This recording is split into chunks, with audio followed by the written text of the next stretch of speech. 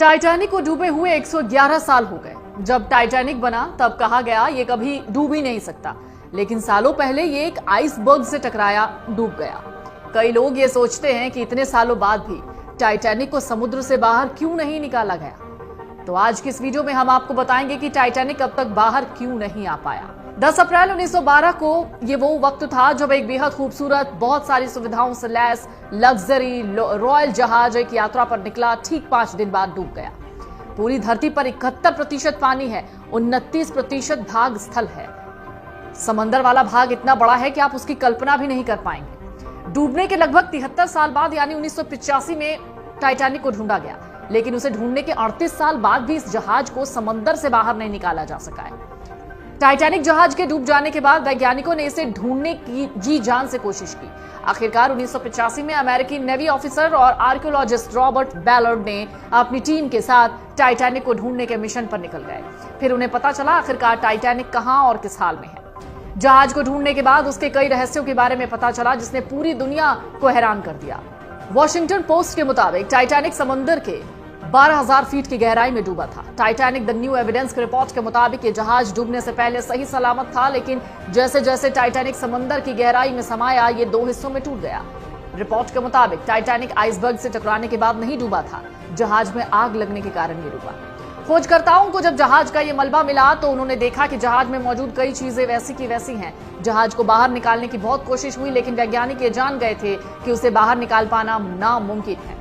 आज की advance technology की मदद से भी टाइटैनिक को अब तक बाहर नहीं निकाला जा सका है, और यह समंदर की गहराई में आज भी मौजूद है। आमतौर पर समंदर की गहराई में मौजूद चीजों को जिस तरह से बाहर निकाला जाता है, टाइटैनिक को उसी तरीके से बाहर निकाल पाना संभव नहीं है, क्योंकि ये 2 हिस्सों में टूटकर डूबा था।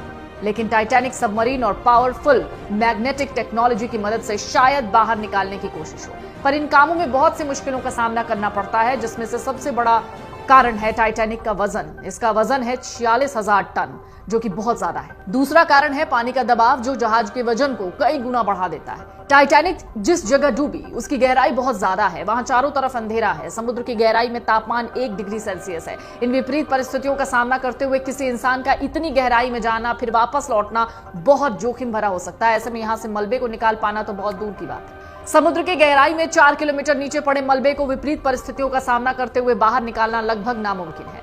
वैज्ञानिक भी इतनी पावरफुल सबमरीन नहीं बना पाए जो इतने विशालकाय जहाज को आसानी से ऊपर ला पाए।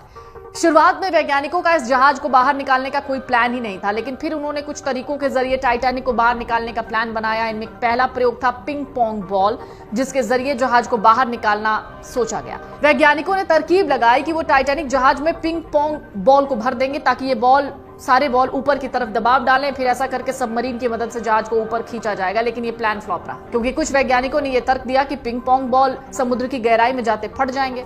इसके बाद एक और तरकीब सोची गई, वो थी बड़े बड़े बलून्स को टाइटैनिक में बांधकर उसमें हीलियम गैस भर दें, फिर इससे ऊपर अपने आप जहाज आ जाएगा। लेकिन ये प्लान भी फ्लॉप रहा, क्योंकि इतनी गहराई में जाकर लाखों बलून्स में हीलियम गैस भरना बहुत मुश्किल काम है।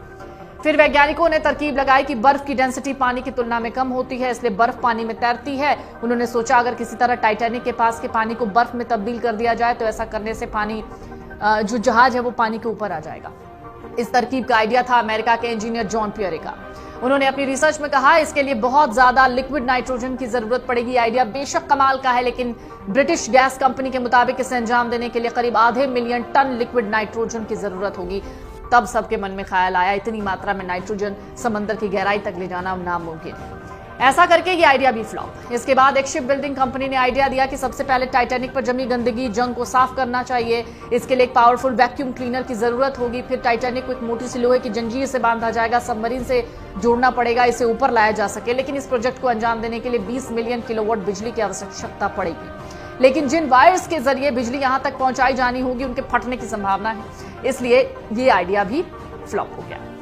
कई कंपनियों ने इसे बाहर लाने का प्लान किया, आगे भी ये प्लान बनाया जाएगा, लेकिन इसे बाहर लाने में इतना खर्च है जिसकी भरपाई हो ही नहीं सकती। भरपाई अगर होती भी है तो इसके लिए 100 साल से ज्यादा का समय लग सकता है। भले इस जहाज से लोगों के इमोशंस जुड़े हों, लेकिन कोई भी कंपनी इतना पैसा टाइटैनिक को बाहर निकालने के लिए क्यों लगाएगी, क्योंकि ये बहुत रिस्की भी हो सकता है। बीबीसी की एक रिपोर्ट है जिसके मुताबिक टाइटैनिक का मलबा समुद्र में अब तेजी से गल रहा है। ऐसे में उसे बाहर निकालने का कोई फायदा ही नहीं। आने वाले 20 से 30 सालों में टाइटैनिक का मलबा पूरी तरह गल जाएगा, समुद्र के पानी में घुल जाएगा। समुद्र में पाए जाने वाले बैक्टीरिया टाइटैनिक के लोहे को तेजी से खा रहे हैं, जिस वजह से उसमें जंग लग रहा है। ये समुद्री बैक्टीरिया रोजाना